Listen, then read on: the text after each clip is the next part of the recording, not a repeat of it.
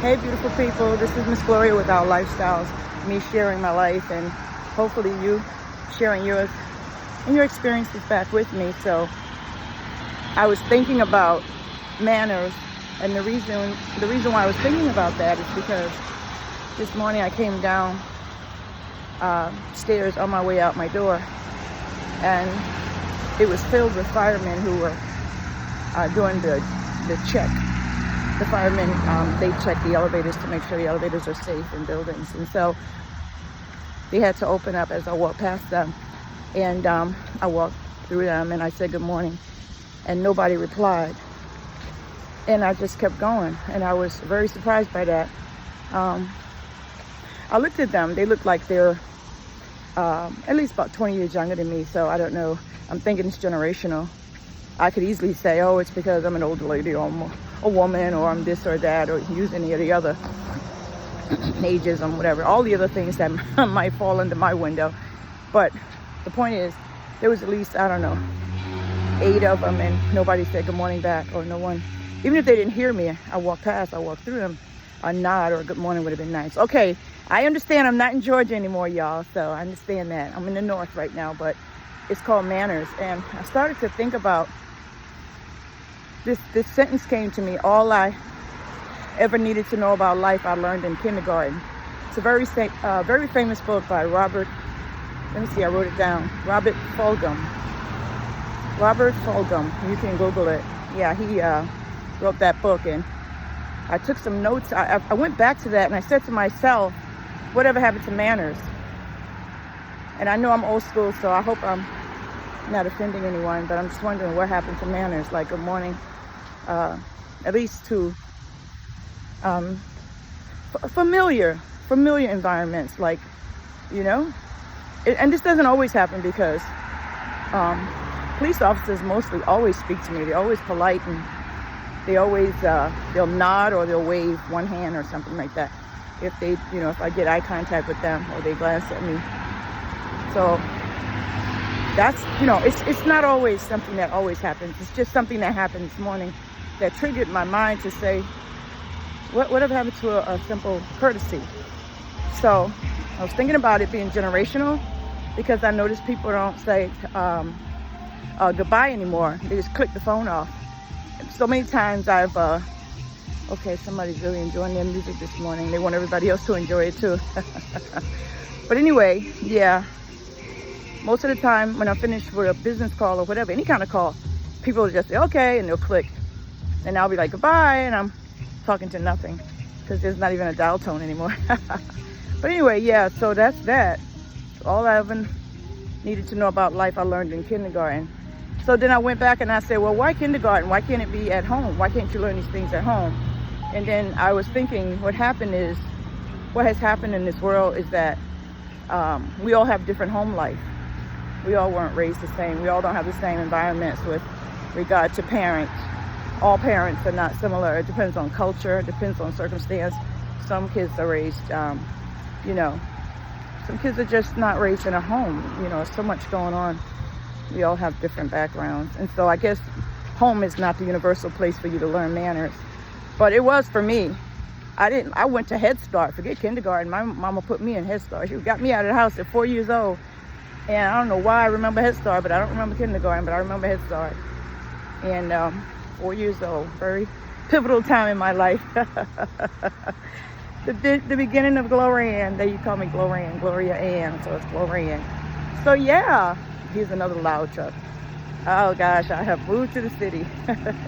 So here we go, back to what I learned in kindergarten. So on the list he had share.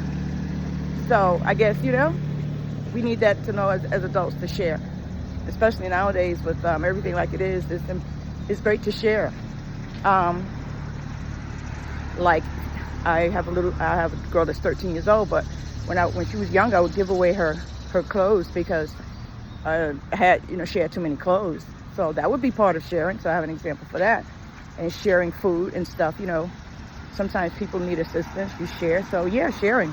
It's a really important part of being an adult in this world. Sharing. It's a kindness. It's a form of kindness. And then we got play fair. And as a little kid, you're supposed to play together and be fair.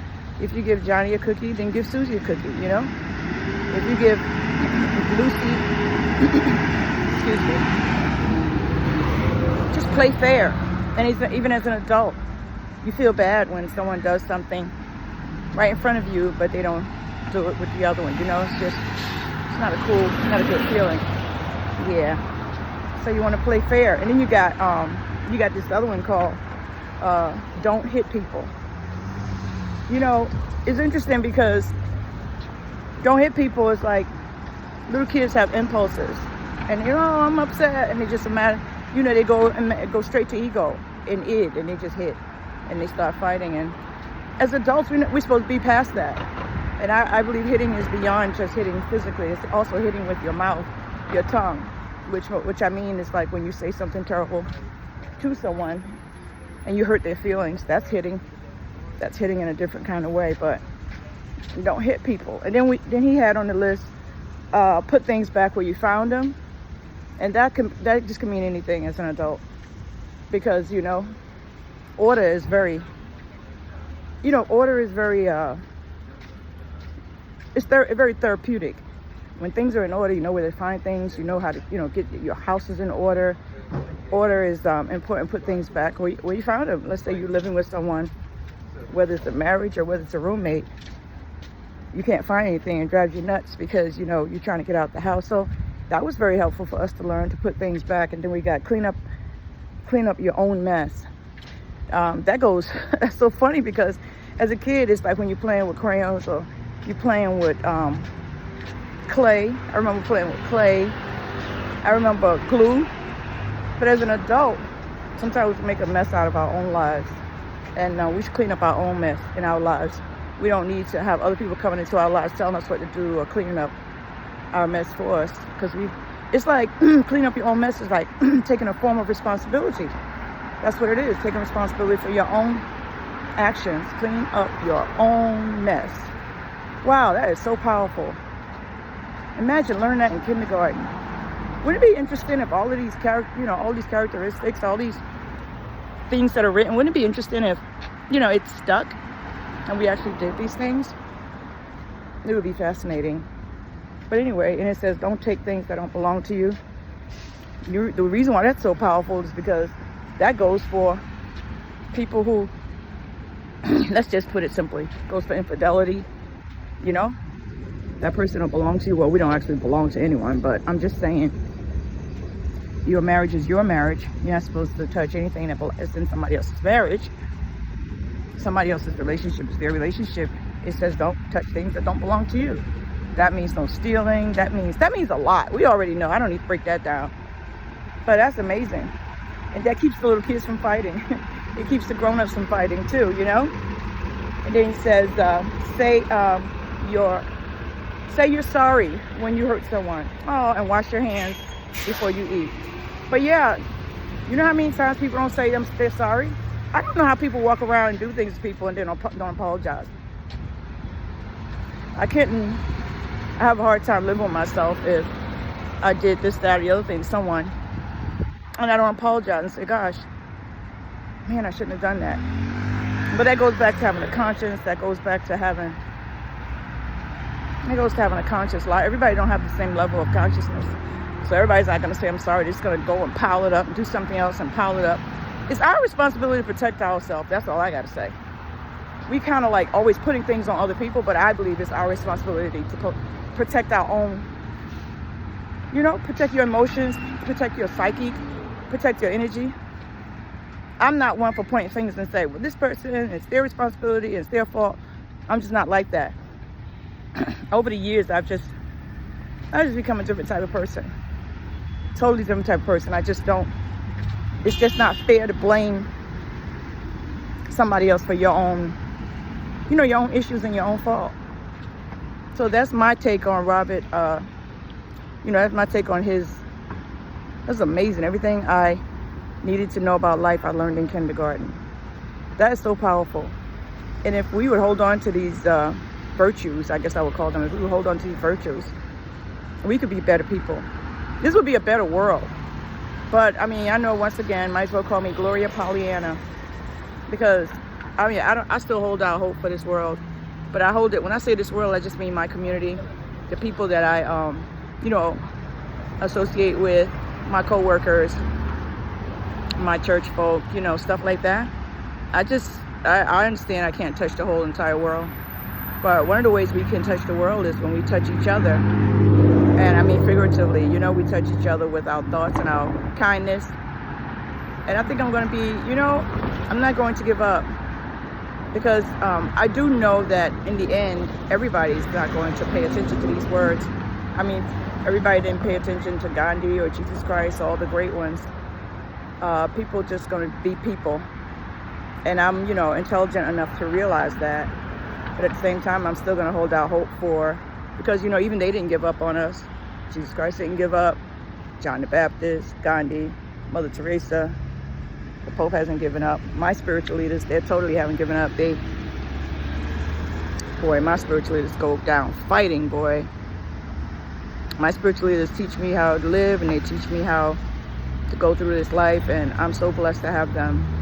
But anyway, that's my little take on everything I needed to learn. Everything I needed to know about life, I learned in kindergarten. So, hey guys, we're still in kindergarten. Let's play fair. Let's get along. Let's not hit. Okay? This is Miss Gloria with, you know, Our Lifestyle. And I hope you have a wonderful day, evening.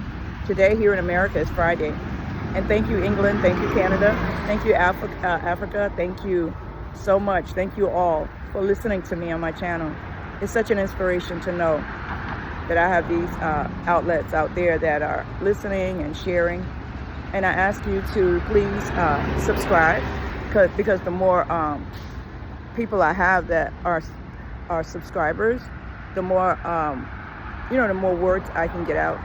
Because, you know, my goal is to somehow touch all of the 76 million, how should I say, the 76 million baby boomers that are out there. But there's more people than just baby boomers, because I notice my audience go all the way to the 25-year-olds.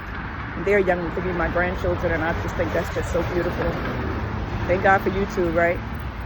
Okay, guys, I'll see you in a couple. This is Miss Gloria with Our Lifestyle.